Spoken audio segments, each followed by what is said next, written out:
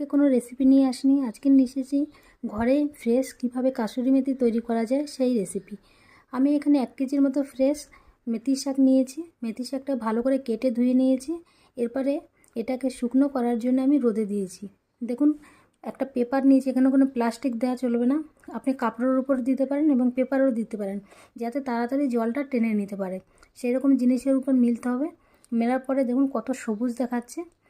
এরপরে এই সবুজটা রাখার জন্য আমি এর উপর কিন্তু খোলাখুলি রোদে শুকাবো না, এর উপরে একটা কাপড় আমি ঢাকা দিয়ে দিচ্ছি যাতে এর কালারটা সবুজ থাকে। আমি ঢেকে দিয়েছি।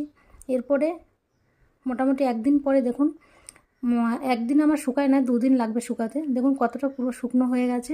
এইভাবে যদি আপনারা ঘরে কাসুরি মেথি তৈরি করতে পারেন, পুরো সেন্টটাও আলাদা থাকবে, খেতেও ভালো। বাজারে কেনার কাসুরি মেথির থেকে ঘরে তৈরি করা কাসুরি মেথি স্বাদই আলাদা হবে। আপনারা এইভাবে অনেক দিন পর্যন্ত স্টোর করে রাখতে পারেন।